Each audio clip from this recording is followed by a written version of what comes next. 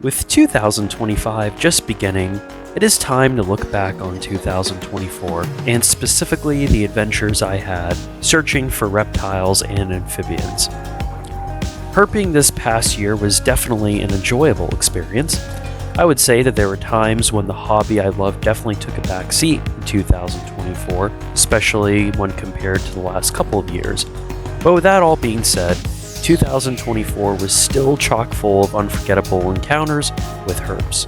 Over the last few years, I've put together videos recapping the herping experiences I had for each individual year. For 2024's video, I decided to repeat the same format for my very first end of the year video in 2021, where I'll be describing my top 10 herping memories. A memory for the purpose of this video isn't just limited to a single herp encounter, but can also include a full day of herping or even a herping trip that stands out to me when I look back at the year. So without further ado, listen and watch as I recap my top 10 most favorite herping memories of 2024.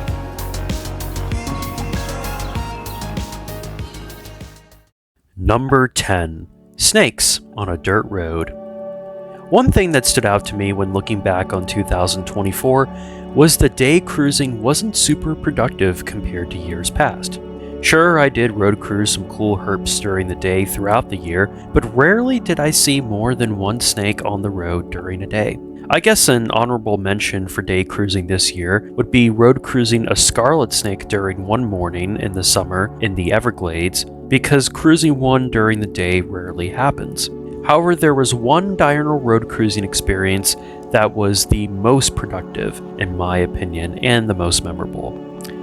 In the beginning of May, I was finishing up my time living in Georgia and was in the southern part of the state, where I was cruising around some xeric pine flatwoods one morning. In less than an hour, I got 4 snakes. The day began with 2 yellow rat snakes found back to back, which was exciting, as it is always a good day when you find a Pantherophis, let alone 2. Right after the second rat, I road cruised a big eastern diamondback, which made the day instantly awesome. But right after that diamondback, I immediately cruised a good-sized dusky pygmy rattlesnake, which was my first of the year.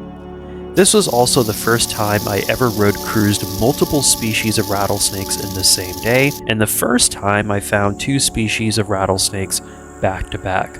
With a plethora of gopher tortoises wandering around that day too, it ended up being one of my most productive road cruising days while the light was still out. Number 9. A huge coral. In 2023, I was super lucky to find my lifer and then 6 more eastern coral snakes, which was nothing short of lucky. My luck for coral snakes came back down to earth in 2024, but the 2 individuals I saw were totally unforgettable. The first one is the highlight of a fun night of road cruising in South Florida in July with my friends Peter and Eli, plus this cool guy we met named Bill. The night began with Eli getting his lifer king towed, and then we found the biggest coral snake I've ever seen to date stretched out on a rock right after. Seeing a coral snake this size was incredible, and watching it climb over my camera bag was really fun. We ended up finding a basilisk and a hatchling Burmese python, but seeing the largest elapid of my life thus far was easily the highlight of the night. Number 8. Cool aquatic snakes. To give this memory some backstory, we have to rewind things a couple of years ago. Alright everyone, check this out. It looks like we got an adult banded water... I think this is a banded water snake. Are you sure about that? Yeah, it is right on the side of the road here. This thing's probably at least 3 feet. I'm gonna try and grab some photos of this guy. He just shot off the road, but what a pretty snake. This is our 4th snake of the night. And so he's an idiot. Yeah. What will go down as one of my worst botched IDs caught on camera turned out to be one of the most memorable herping finds of 2022, my lifer mud snake. On this particular May night in South Georgia, I was actually hoping to see a crayfish or swamp snake, but getting my first mud was even more satisfying. Living in the Everglades during most of 2023, I was hoping to see a mud or swamp snake, but was unsuccessful after cruising at least once a week for 9 months. During the spring of 2024, I finally saw my lifer glossy swamp snake in North Florida, but it would be the start of summer when I moved back to the Everglades, where muds and swamp snakes would become more common. Within my first couple nights back cruising in the glades, I found my lifer striped swamp snake and my second ever mud snake. I would end 2024 with seeing several striped swamp snakes, but my most memorable is a tie between a Goliath of an individual I saw at night and an absolutely stunning individual we road cruised in the middle of the day. Both occurred during the fall. After finding one mud snake in my life before 2024, I ended up seeing 3 adults and 2 hatchlings this year alone. While every single one was very memorable, it was that first individual of the year with its golden head that really stood out to me.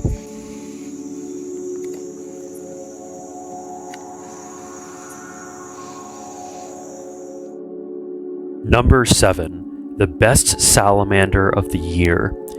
Growing up in New England, I always looked forward to the first warm, rainy nights of spring, with snow still often on the ground, because it marked the start of the herping season, as the cold-tolerant amphibians would start breeding.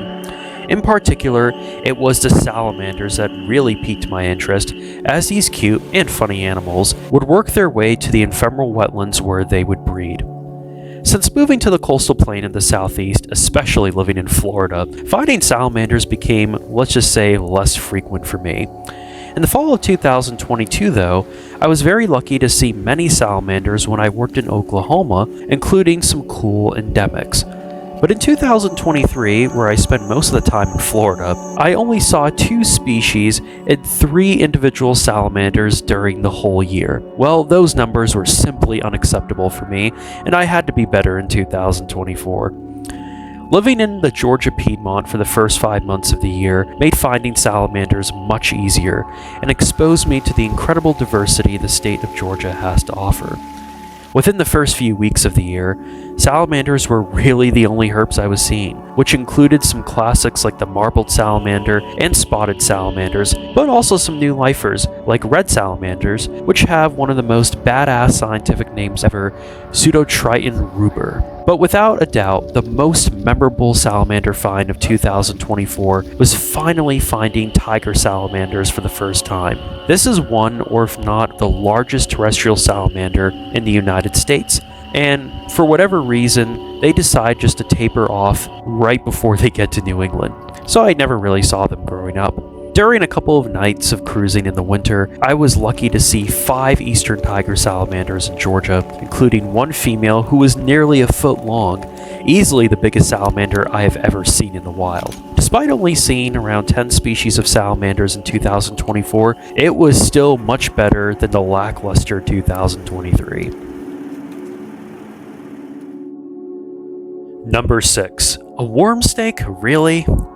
Okay, so one common snake I'd never seen before 2024 was a worm snake, and I got my lifer in early May this year when one of my friends flipped one right next to my house in the Georgia Piedmont. Now, every herper watching this video must be thinking, George, what the actual You think that seeing a worm snake is more significant than finding a freaking Ferrantia? Well, yes. Okay, so that lifer worm snake from Georgia was memorable, but it pales in comparison to every mud snake that I found this year, and especially where I found my second worm snake of 2024. A couple weeks later after the lifer, I was back home in New England during what can I only describe as the most perfect weather I experienced all year. These amazing temperatures of low 70s and no humidity and no bugs, and the time of year led to some productive herping, such as finding 3 smooth green snakes in one day, finding Decay's brown snakes back home for the first time in 4 years, my first eastern milk snake in 3 years, and seeing Italian wall lizards for the second time ever. However, There are only 14 snakes that call New England home, ranging from dirt common to go buy yourself a lottery ticket if you're lucky to see one. So what snake is worth the most when it comes to investing your money into the Mega Million ball draw machine in New England? Well, that would be the eastern worm snake. Worm snakes are super hard to find in New England, and only a handful of localities are known for them at the northern limit of their range. During this time back home, I ventured to a spot I looked for worm snakes at in New England a few years prior, and after flipping this large ringneck, I immediately flipped my first ever New England worm snake. Seeing one of the rarest snakes in the region put me over the moon, and it was more significant in my unpopular opinion than every Ferantia I found in Florida this year. Number 5. Swimming with sea turtles. Sea turtles to me are one of the most unique herps in the world, as they claim dominion over the world's oceans and probably have the largest range of any herp.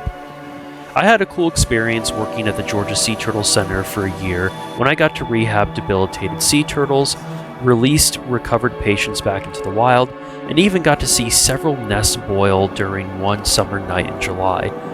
One of my most significant natural history encounters to date was filming a mating pair of loggerhead sea turtles 10 feet from the shoreline of Jekyll Island in April of 2022. With that being said, I've always wanted to capture footage of sea turtles swimming under the water that were not hatchlings. Essentially, this is herping sea turtles in my opinion. So in 2023, I got into snorkeling, and despite exploring coral reefs off the Florida Keys where sea turtles are prevalent several times, I never was able to find one underwater. In March of 2024, I flew down to South Florida from Georgia to spend a long weekend with some friends where I spent a good chunk of my time in the ocean. After swimming with a hammerhead shark and getting stung by a Portuguese man-of-war, we were back in the water the next day, exploring some coral reefs in the Keys, when my friend Peter pointed out a juvenile green sea turtle right under us. This was the first time I filmed a non-hatchling sea turtle, so the trip was made right there. However, we boated to another spot, and when arriving, we saw 3 larger green sea turtles that were swimming right at the surface. My friends and I jumped into the water and swam alongside these turtles for a few minutes. I don't care if this sounds dramatic, but swimming this close with a wild sea turtle was nothing short of a magical experience for me, and easily was one of my most memorable moments of 2024. Number 4. March Flipping Madness. I think it's safe to say that the month of March was one of the most memorable months of 2024 for me herp-wise. For this memory, I'm going to include 2 weekends a couple weeks after the previous memory where snakes were a dime a dozen. During the first weekend, my friends Grant and Peter and myself met in South Georgia and hit the flip spots hard. The first snake of the weekend was an eastern copperhead, which was Grant's lifer, and my first since cruising this big boy on a dirt road in Oklahoma during the fall of 22. We then would go on to flip 5 eastern king snakes in one day, including a rattlesnake eater under a wooden board and flipping 2 under 1 layer of tin at dusk. The next day started off with a bang with getting 3 more king snakes. Oh, king snake! Oh king snake! God. King, oh my god! No way! That was a big one. That's king snake number 8, folks. Wow. King snake number 8 of the trip. We also found a plethora of other herps such as turtles and salamanders, plus a bunch of puppies a woman said we could take, much to the disapproval of their parents. My deepest apologies to Grant, but I have to talk about what Peter and I found after he headed back to Florida, because the 2 of us, or should I say Peter, found 2 timber rattlesnakes, including the most beautiful canebrake I have ever seen, and another large individual hiding under a door. This was the personal highlight of that weekend for me, but don't worry, we're going to get Grant a canebrake in 2025. The following weekend, Peter decided to drive up from Florida to Georgia, and in the southern part of the state, we hit a few flip spots again. But in between the 2 flip trips, I have to say this, I road cruised my first eastern hognose of 2024 and my first ever on pavement. This is my favorite snake in the world, so I just had to add this one in here. Okay, back to the flipping. This next weekend was much slower herp-wise, but we ended up finding the holy grail of flip spots. And let's just start from the beginning. First snake, a baby eastern diamondback. Snake 2 was a monster gray rat snake, followed immediately by a racer. Then our fourth snake was yet another gray rat, and then this. We just flipped a hognose, a corn snake, and a racer under this piece of tin. All under this piece. What the heck? Oh my god. What the heck? My first ever triple flip, and my god, 2 awesome species and a plastic racer. So how can you complain there? This was definitely a lot for one memory, but it was nothing short of an awesome time. I'll save the big piece of tin, but I might look at a couple little things. Number 3, quality over quantity. Let's fast forward several months to the beginning of October to another herping trip across Florida and into Georgia. I can best describe this trip as quality over quantity because we didn't see a whole lot and spent most of our time pondering over the existence of snakes, but what we did see was pretty epic.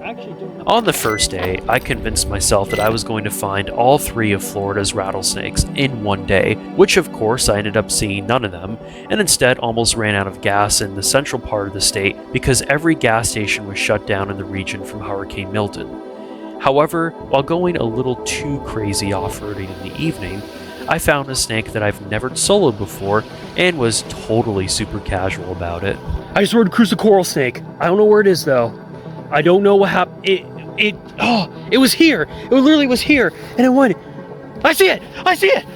Coral snake! Coral snake! Coral snake! Oh my god! After that, I met my friends Grant, Eli, Sarah, and Deanna, and we crossed into Georgia the next day. We literally saw one snake the entire second day, but it was a southern hognose, Eli and Sarah's lifer, and the first adult Grant and Deanna ever saw. After relaxing by the campfire and getting a good night's sleep, we hit the dirt roads early the next morning and immediately saw a snake that I was also super chill about. I just got my life for pine snake. I just got my life for pine snake. Oh my god! Oh my god, we found a pine snake! Yeah, we're on the main road. Holy crap! Alright, see ya.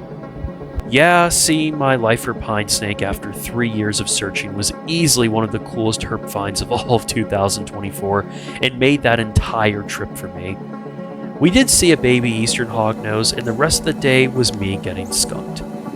The next day we flipped some common lizards, snakes, and salamanders, but did get an eastern king snake that was a lifer for both Sarah and Eli, and the latter was very hyped about it.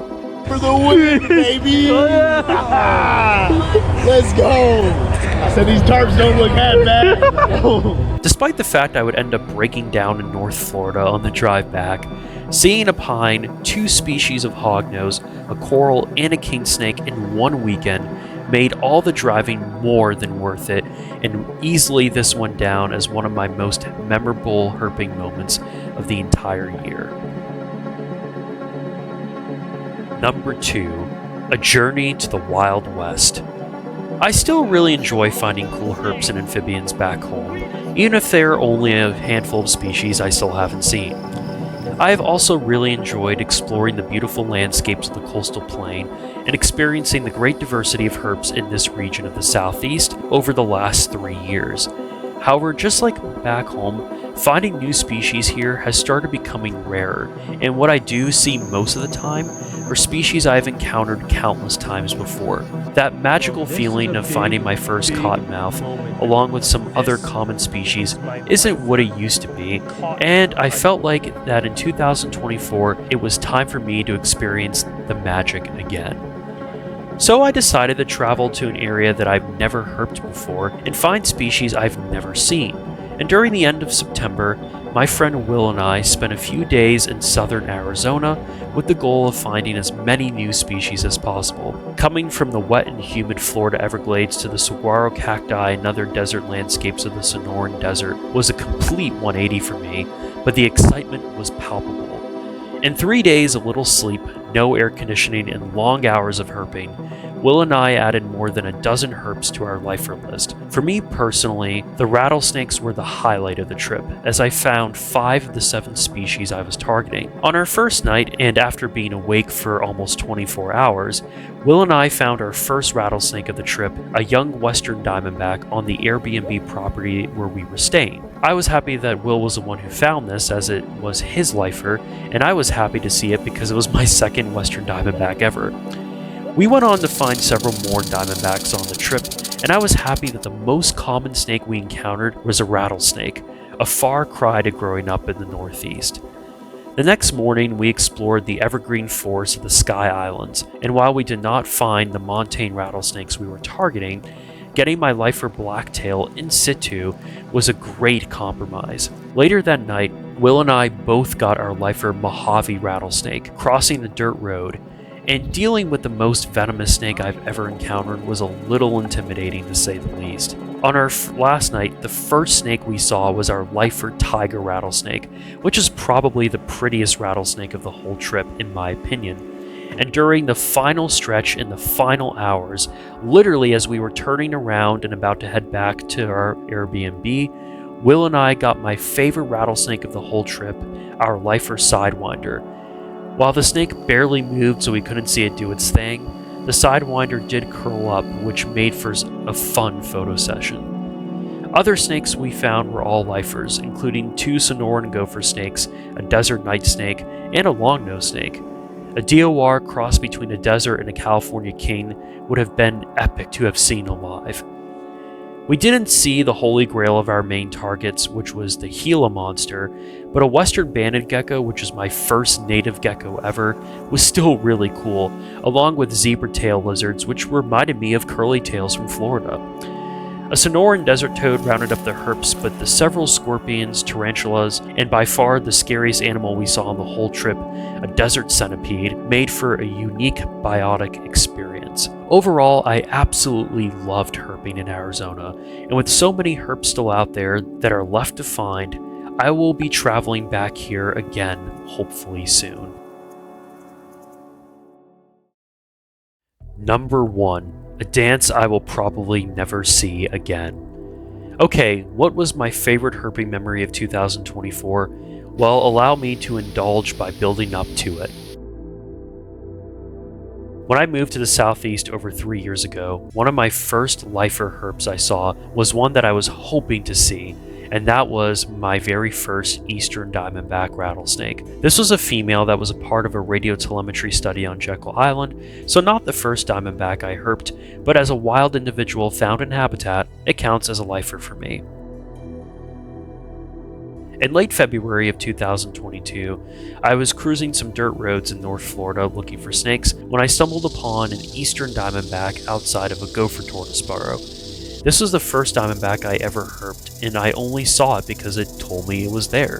This is still some of my favorite footage I've ever captured of a diamondback from this very brief encounter. Over the course of 2022, I assisted biologists on Jekyll Island in tracking eastern diamondbacks, so I saw several more individuals throughout the year, including an incidental individual we stumbled upon while tracking to one of the radioed snakes. When I moved to Florida in 2023, I was really hoping to see more eastern diamondbacks, and it didn't take long to see one. In fact, I herped more than a dozen individuals that year, including several moving at night, which I have never heard of before. In 2024, the first herp of the year was an EDB I scoped in the gopher tortoise burrow, and I would find a couple more in the same way during the winter, which is really cool. Over the course of the year, I would find more than a dozen diamondbacks again between Georgia and Florida, and since 2021, I've seen over 30 eastern diamondbacks in the wild, and while it is easy to lose appreciation for these snakes, I still never tire of seeing an EDB. Of all of these encounters, is there one that stands out above the rest?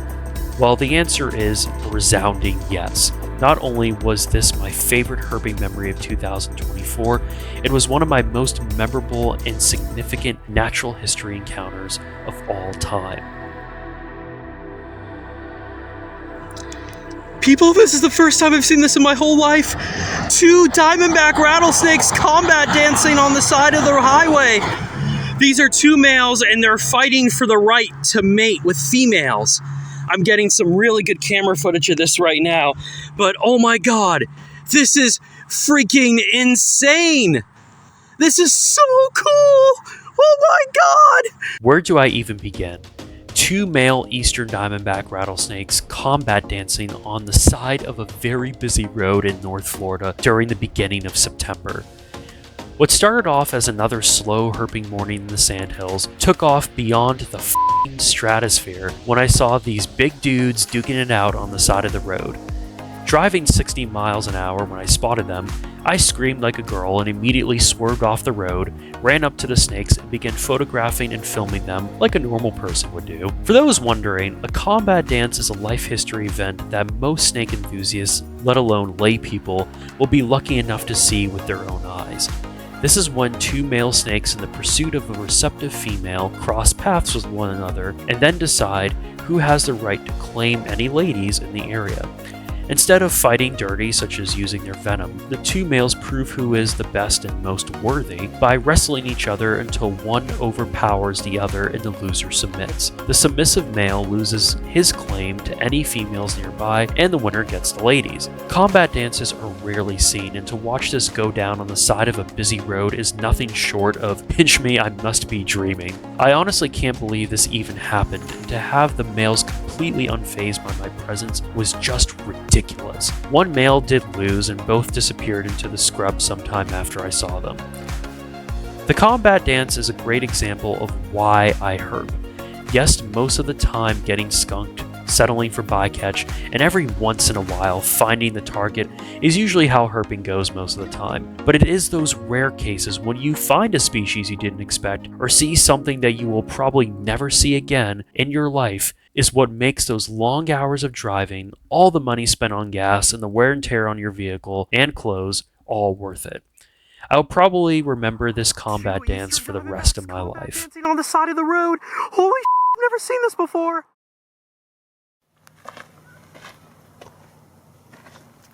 So there it is, my 10 favorite herping memories of 2024.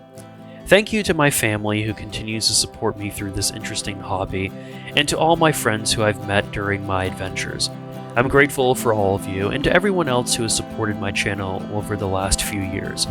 With 2025 already underway, I'm super excited to see what this year has to offer and to showcase the wildlife I find. So stay tuned for future videos, and I hope you all have a great day.